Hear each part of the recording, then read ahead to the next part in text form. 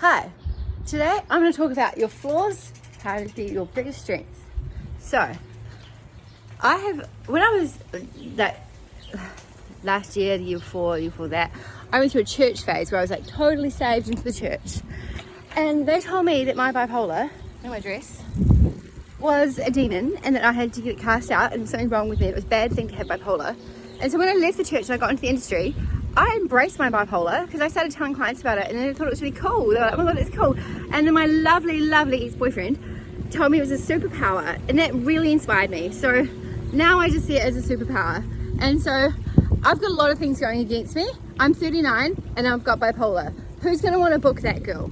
Well, I tell you what, in Nelson, I was fucking busy all the time. In Auckland, not so much because not many people know me and there's a lot of escorts out there to choose from, so I don't really get picked very much because I'm like the little flower on the wall, the 39-year-old escort, you know. So yeah, but I keep rocking my shit. I keep my brand up. My brand is myself, and myself is this. I'm gonna go down this road. Look at this road. Cool. I'm 39. That's a flaw because I'm old. But do I know how to play? If you know what I mean. I know how to get down and grip it because I am experienced and I know what I'm doing. So it's guaranteed a good time. Because if it's not going in a good direction, I know how to change gears all the time. And the other part of me is bipolar. And that's like real creative, really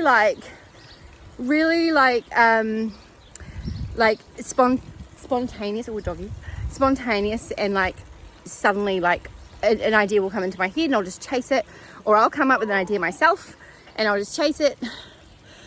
And I've channeled that into like porn stuff. Like I've done lots of strips on Pornhub. I won't say it on YouTube. I've done lots of things online that like dancing and like taking things off and like having a lot of fun and moving my body to the music. And I send them to regulars and all that and they love it. And I just really love teasing and playing online. Like I love that whole thrill of like, ooh, what's she gonna do? What's that happening? Oh my God, what's she doing now? It's really fun and it's really sexy. So yeah, so have a look at I've got an account online, so you'll have to find it. I'm not sure if I'll put it up yet publicly or not. It's been like, I do really well as a solo creator on that channel over in America. I do really well. I have like thousands of views and stuff. Like it's like in heaps of messages all the time, which is really lovely and it really inspires me. We're gonna go backwards now. Really inspires me to keep going because it's my passion, you know, it's the way I express my emotions. So instead of having a therapist, I do have a specialist, but instead of having a therapist, I turn on Spotify and I just get creative and I let my little soul out, you know, and it's hot and sexy and really fun. And so that's how I do it. And that's one of my flaws is bipolar. And that's like one of the aspects of bipolar is that I'm really highly overly, you know what I mean? And so I need that all the time. And so this job is perfect for me. So I don't have a boyfriend. Well, in my fantasy I do. He doesn't know it yet. But yeah, so like I just channel it. Like yes, I've got bipolar and I've got this very high drive. And so I just make sure that I pour that into my career so that I get paid for my flaw. So embrace your flaw, escort. If you've got ADHD, or if you have a learning disability, or if you have some funky thing about you, physically or mentally or emotionally, that society might say is bad, if anyone does this in any industry, market your flaw, grab your flaw, because your flaw will be your X factor, and that will be the one that sets you apart. And I get fucking looked after like by some clients because they love me and they look after me. They even check when my medication is due. They're like, have you had your meds? When's you're due your monthly injection soon? And I'm like, yes, baby, I know. So it's really fun. Like you do like, not like once you start embracing your flaw and making it like a positive, like it just like frees you so much because you're not hiding something or carrying a sense of shame. You know, like whatever you've got wrong with you, like highlight it as a strength. I follow on Twitter some disability girls that are like me who are doing the industry, but they have no arms and no legs.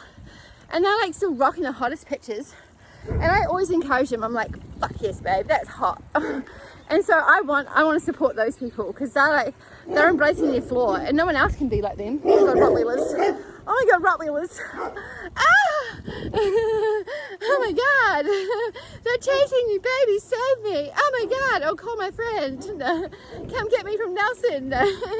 Yeah, so whatever your flaw is, embrace it. And if it's like, yeah, I've said that a million times now, but like, yeah, and part of my flaws is my history. Like, I went to 9 different primary schools. I have attachment disorder. I've got bipolar. I had a really traumatic upbringing with my mother. I still do have that with my mum.